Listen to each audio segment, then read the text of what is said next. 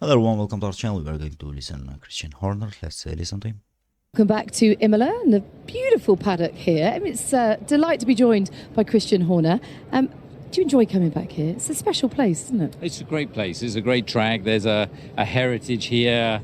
It's pretty much in the middle of the town, and it's great food, great atmosphere, great crowd. So and it's a good track. So you hope it stays on the calendar then, because there's rumours that it may not. But I think there's more and more pressure, and 2 races in Italy, when there's so much demand from the rest of the world, it's kind of hard to justify it. But if it does go, it would be a shame to see it go. But in terms of the challenge that it presents to the drivers, I mean, we've seen that you do have to get a rhythm here. These gravel pits bite back.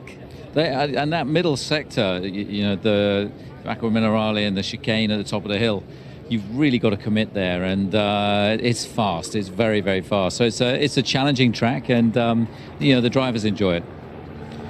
Yeah, you're right. It is a challenging track because you don't get many tracks anymore where the old-fashioned chicanes where you actually carry speed, jump the curbs.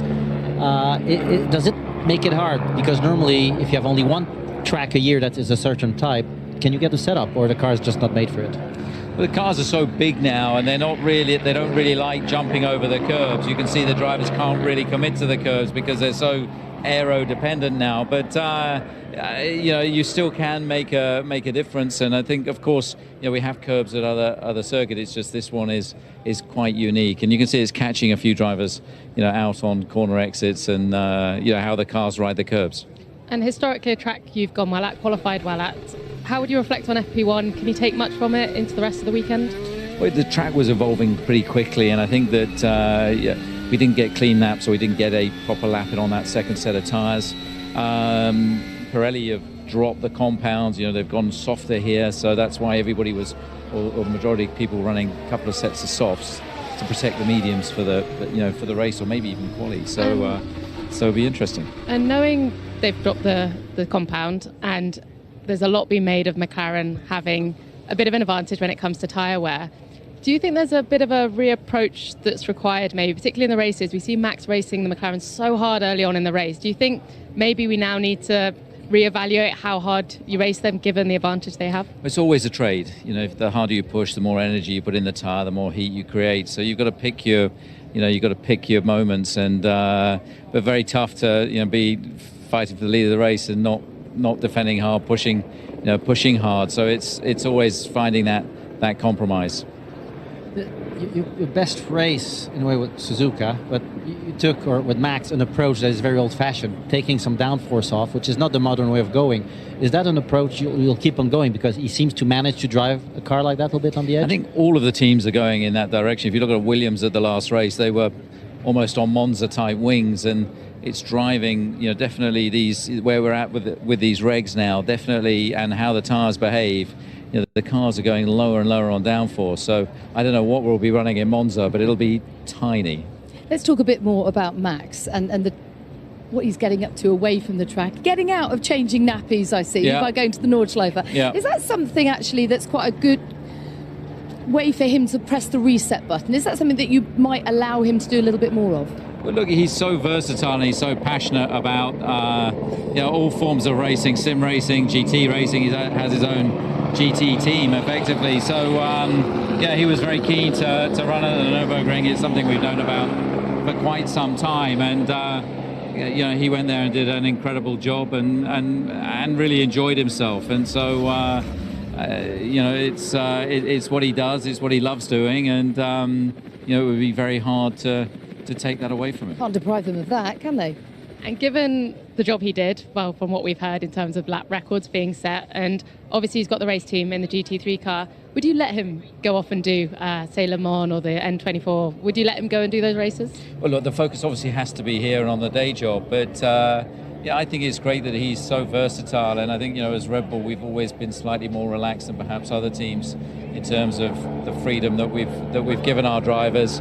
But it's finding that compromise, finding that balance. Obviously, the priority is here, but it's great that he's embracing all forms of motorsport. So letting him miss a race like Zach Brown did for Alonso out of the question. No, he's not going to miss a race, that's for sure. But he really enjoys the GT stuff, and his ability to jump in and just deliver. I mean, he sent us a copy of the onboard in the Nürburgring, and it was insane. And you can see, why he enjoys it so much. And happy birthday! Congratulations, 400 this weekend. I mean, you look great on it. No, thank you very much. So hasn't taken its toll at all. So yeah, 400 races for the team here. So it's amazing, how quickly that's gone by. In some respects, the amount of races we're cramming into a season, it seems no time since our 300th. But 400 races for the team is very special, and we've done a lot within those 400. So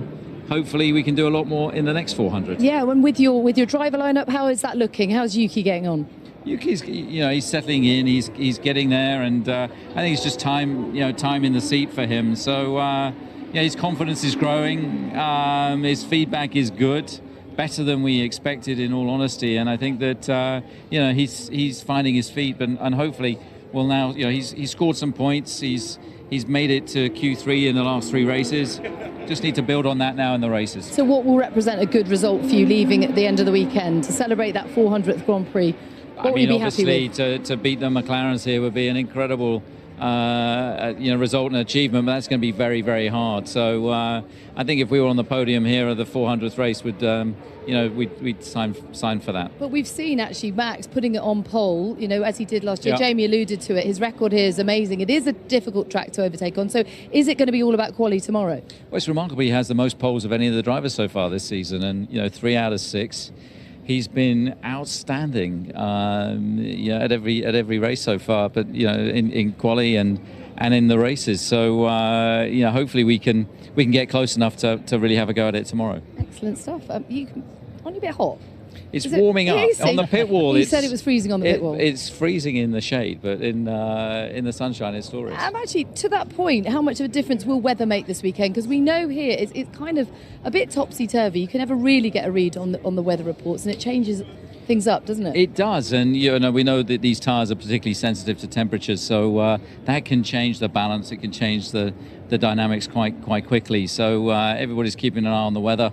And the temperature and the wind and everything else that goes with it. Fantastic. Thank you very much Thank for you your very time. much.